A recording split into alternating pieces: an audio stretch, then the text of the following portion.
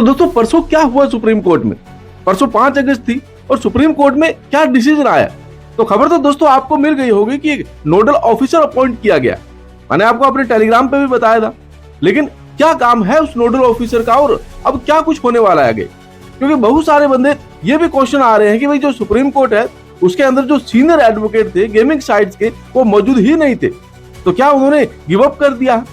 दोस्तों ऐसा नहीं है। बहुत सारी चीजों का जवाब मैं आपको इस वीडियो में देने वाला हूँ, और परसों क्या हुआ था और क्या नेक्स्ट डेट है वो सारी चीजें डिस्कस करेंगे इस वीडियो में।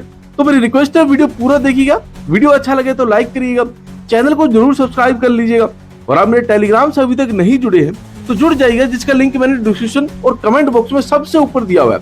क्योंकि दोस्तों वहां पर आपको बेस्ट टू बेस्ट फैंटेसी की टीम और उसके अलावा कोई भी न्यू अपडेट आता है तो आपको टेलीग्राम पे मिल जाता है। और दोस्तों कोई भी लीगल एप्लीकेशन आती है तो सबसे पहले आपको वहां पे मिल जाती है, और किसी भी ऑफशोर ऐप को वहां पर रिकमेंड नहीं किया जाता है, क्योंकि दोस्तों वो सब इलीगल इंडिया के अंदर चल रहे हैं। एक बहुत अच्छा दोस्तों शॉपिंग प्लस फैंटेसी एक डिफरेंट कॉन्सेप्ट आने वाला है, तो वो भी मैं आपको टेलीग्राम पे बताऊंगा। मिड ऑफ अगस्त तक वो ऐप आ जाएगा, तो आप प्लीज टेलीग्राम से जुड़े रहिएगा, सारी इंफॉर्मेशन आपको वहां पे मिल जाएगी। अब बात करें परसों क्या हुआ। दोस्तों परसों थी 5 अगस्त, और परसों की डेट का इंतजार हमें बहुत ज्यादा टाइम से था, क्योंकि आप ये सोचो उससे पहले जून की स्टार्टिंग में केस लगा हुआ था, तो लगभग 1.5 से 2 महीने के आसपास आप मान लो इतने टाइम बाद इस केस की सुनवाई थी। तो उस डेट में बहुत ज्यादा उम्मीदें थी कि इस डेट को कोई बड़ी सुनवाई होगी, एक रिजल्ट हमें देखने को मिलेगा, मतलब किस ओर ये केस जा रहा है। ऑब्वियस जजमेंट डेट तो एकदम से नहीं होता है, लेकिन ये पता चल जाता है कि सुनवाई हो रही है या फिर नहीं हो रही है और किस ओर ये केस जा रहा है, लेकिन ऐसा नहीं हुआ। दोस्तों पहली बात तो ये है कि लंच टाइम तक यही नहीं लग रहा था कि भाई आज इस केस की सुनवाई होगी या फिर नहीं होगी, क्योंकि केस नंबर था 13, और लंच टाइम तक कुछ भी ऐसा नहीं लग रहा था कि केस की सुनवाई होगी। लेकिन लंच के बाद इस केस को पकड़ लिया गया, इस केस की सुनवाई हुई, और वहां पर सुनवाई बस छोटी सी चली, बहुत छोटे छोटे वहां पे कुछ पार्ट्स आए थे, लेकिन उसका मतलब बहुत ज्यादा बड़ा। मेनली क्या है कि सीनियर एडवोकेट्स नहीं आए थे गेमिंग साइड से, जो गवर्नमेंट साइड से एडवोकेट थे वो अवेलेबल थे। बहुत सारे लोग बोल रहे थे कि जो गेमिंग साइड्स के सीनियर एडवोकेट्स हैं उन्होंने गिव अप कर दिया। अब उनको पता है कि हमें जीत नहीं पाएंगे, और इसी वजह से वो अवेलेबल नहीं थे। दोस्तों ऐसा कुछ नहीं है, जो सीनियर एडवोकेट्स हैं उनको पता होता है कि इस केस में यहाँ पर इस डेट में क्या होने वाला है, और उस वजह से वो वहां पर अवेलेबल नहीं थे। कुछ वहां पर उनके जूनियर एडवोकेट्स अवेलेबल थे। और मेनली परसों क्या हुआ दोस्तों, परसों जब सुनवाई स्टार्ट हुई तो वहां पर जो गवर्नमेंट की साइड के एडवोकेट थे उनके थ्रू एक बात कही गई जजेस के सामने। उन्होंने बोला कि हमें एक नोडल ऑफिसर को अपॉइंट करना, एक नोडल ऑफिसर को आप अपॉइंट कर दीजिए। और ये सिर्फ जो गवर्नमेंट की साइड से लॉयर्स हैं सिर्फ उनकी चॉइस नहीं थी, बल्कि जो गेमिंग लॉयर्स थे उनकी भी सेम ही चॉइस थी।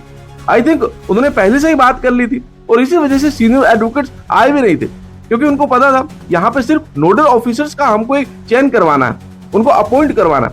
तो वहां पर दोस्तों मांग की गई नोडल ऑफिसर की, और नोडल ऑफिसर का अपॉइंटमेंट भी कर दिया गया सुप्रीम कोर्ट से। अब नोडल ऑफिसर का काम क्या होता है दोस्तों, नोडल ऑफिसर जो अपॉइंट किए गए हैं उनका जो सजेशंस दिया है वो भी जो गवर्नमेंट की साइड से एडवोकेट थे उन्होंने ही दिया कि इस बंदे को आप नोडल ऑफिसर अपॉइंट कर सकते हैं। तो दोस्तों उसी बंदे को नोडल ऑफिसर अपॉइंट किया गया। अब बहुत सारे लोग ये बोलेंगे कि गवर्नमेंट की साइड के जो एडवोकेट थे यदि ये बोल रहे हैं इस ऑफिसर को अपॉइंट करने का, तो वो गवर्नमेंट की साइड की ही पूरी तरह से साथ देंगे। दोस्तों ऐसा नहीं है, नोडल ऑफिसर का काम किसी का भी साथ देना नहीं होता है, बल्कि निष्पक्ष जो चीजें हैं उनकी डॉक्यूमेंटेशन तैयार करना होता है। दोस्तों ये जो केस है इसमें बहुत सारी पार्टीज इन्वॉल्व है, इसमें एक या दो गेमिंग कंपनीज नहीं है, बहुत सारी गेमिंग कंपनीज है। अब उनके स्टेक होल्डर्स हैं, इतने सारे करोड़ों यूजर्स हैं जहां पर जो गेमिंग खेलते हैं। अब उनके अलावा यहाँ पर स्टेट गवर्नमेंट है, उसके अलावा यहाँ पर सेंट्रल गवर्नमेंट है, तो यहाँ पर एक पार्टी नहीं है, यहाँ पर कई सारी पार्टीज अवेलेबल है। इस वजह से इस नोडल ऑफिसर को अपॉइंट किया गया, जिस वजह से प्रॉपर डॉक्यूमेंटेशन वो नोडल ऑफिसर तैयार कर ले, जितने भी डॉक्यूमेंट सबकी साइड से वो आ रहे और उनको प्रॉपर कंपाइल कर ले। उनका जब कंपाइलेशन आएगा उसके बाद इस केस की सुनवाई होगी, उससे पहले सुनवाई होना पॉसिबल ही नहीं है, क्योंकि सुप्रीम कोर्ट भी कितने डॉक्यूमेंट्स रीड करेगा। अब सुप्रीम कोर्ट के पास हर एक कंपनी की साइड से अलग अलग डॉक्यूमेंट्स है, बल्कि सुप्रीम कोर्ट के पास में बहुत सारी पार्टीज है। अब गवर्नमेंट से अलग है, सेंट्रल गवर्नमेंट से अलग है। तो दोस्तों इस नोडल ऑफिसर को तभी अपॉइंट किया गया कि अब प्रॉपर डॉक्यूमेंटेशन इस केस की हो जाए, और जब तक डॉक्यूमेंटेशन नहीं होगी केस की सुनवाई नहीं होगी। और परसों जो हुआ सुप्रीम कोर्ट में वो एक पॉजिटिव है कि इस केस की अब सुनवाई स्टार्ट होने वाली है। अभी डेट नहीं मिली है, नेक्स्ट डेट मिलेगी सितंबर लास्ट या फिर अक्टूबर स्टार्टिंग में। लेकिन एक चीज हमें साफ हो गई है कि उस डेट में सुनवाई इसकी स्टार्ट हो जाएगी। जो भी डिसीजन आए, चाहे वो गवर्नमेंट के पक्ष में आए कि पूरी तरह से जो है बंद होगा आरएमजी, या फिर आरएमजी के पक्ष में आए कि जो पेड कॉन्टेस्ट है वो स्टार्ट होंगे, या फिर ऐसा कुछ बीच का रास्ता निकलेगा कि कुछ रेगुलेशंस के साथ में ये चीज चल सकती है। तो जो भी है उसका तो ऑब्वियस हमको इंतजार रहेगा। लेकिन एटलीस्ट ये एक पॉजिटिव न्यूज हो गई है कि जो नोडल ऑफिसर है वो प्रॉपर डॉक्यूमेंटेशन तैयार करेगा, कंपाइलेशन करेगा। अब डॉक्यूमेंटेशन को वो एक पूरी कॉपी, जब उसको प्रॉपर डॉक्यूमेंटेशन हो जाएगा, गवर्नमेंट साइड के एडवोकेट को भेज देगा और पूरी एक कॉपी जो है सुप्रीम कोर्ट में भी भेजेगा, और एक कॉपी जो गेमिंग साइट्स के एडवोकेट है वहां पर भी भेजेगा। वो लोग भी उसको प्रॉपर रीड करेंगे, रिव्यू करेंगे, और यदि उसमें कुछ एडिटेड है तो वो सारी चीजें बताएंगे। और दोस्तों नोडल ऑफिसर वो प्रॉपर एडिट करके पूरा एक डॉक्यूमेंटेशन तैयार करेगा जिसकी सुनवाई अब सुप्रीम कोर्ट में स्टार्ट होगी। तो दोस्तों ये एक पॉजिटिव है कि अब जो नेक्स्ट डेट होगी उसमें सुनवाई होने वाली है। और अभी नेक्स्ट डेट की जो कंफर्मेशन नहीं है, सितंबर लास्ट में या फिर अक्टूबर की स्टार्टिंग की डेट मिल सकती है। अभी डेट की कोई कंफर्मेशन नहीं है। अब डेट की कंफर्मेशन होगी तो मैं आपको जरूर बताऊंगा। और दोस्तों हमारे सामने एक पॉजिटिव आया है कि ये जो केस है इसमें chief justice of India Suryakant ji involve है। और सूर्यकांत जी का नाम तो अब बहुत ज्यादा फेमस हो गया। आपने सुन लिया होगा कि क्योंकि कॉकरोच जनता पार्टी उनकी वजह से ही बनी है।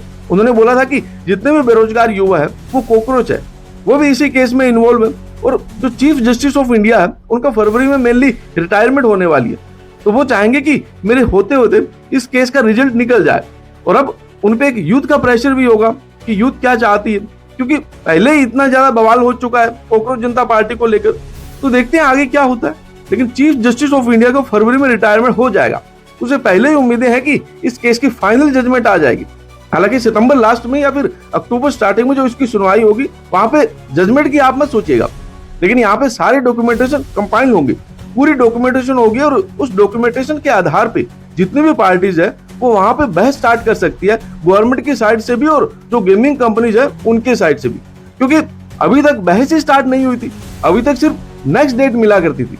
लेकिन अब इसमें बहस स्टार्ट होगी और अब हमको पता चलेगा कि किस ओर ये केस जा रहा है, और नेक्स्ट डेट काफी ज्यादा इंपॉर्टेंट होने वाली है। और जब भी वो डेट आएगी कोई फाइनल कंफर्मेशन नहीं है। और एक चीज साफ है कि जो नेक्स्ट डेट आएगी वहां पर वो कंप्यूटर जनरेटेड डेट नहीं होगी, वो प्रॉपर लीगल जो सुप्रीम कोर्ट के एडवोकेट जो जजेज हैं उनके थ्रू वो डेट दी जाएगी। क्योंकि उस दिन सुनवाई लंबी चलने वाली है और जो केस होगा वो फर्स्ट हाफ में ही ले लिया जाएगा। क्योंकि जो बड़े बड़े केसेज हैं मेनली जिनकी सुनवाई फर्स्ट हाफ में ही होती है, वैसे ही दोस्तों सुनवाई अब होने वाली है। क्योंकि डॉक्यूमेंटेशन वहां पर जजेस के सामने भी होगा और प्रॉपर डॉक्यूमेंटेशन वहां पे लॉयर्स के सामने भी होगा। तो दोस्तों ये था मेनली परसों का सारा जो भी डाटा था और परसों क्या हुआ था कोर्ट में उसको लेकर के। बाकी दोस्तों जो भी अपडेट्स आती है वो सब कुछ मैं आपको बताता रहूंगा। तो चैनल पे बने रहिएगा, वीडियो को लाइक कर दीजिएगा और टेलीग्राम से जरूर जुड़ जाएगा। फिलहाल आपका इस पूरे मामले को लेकर क्या कहना है, क्या ड्रीम11 या फिर माई11 सर्कल जैसी फैंटेसी ऐप बैन होनी चाहिए या फिर नहीं, हमें कमेंट करके जरूर बताइएगा।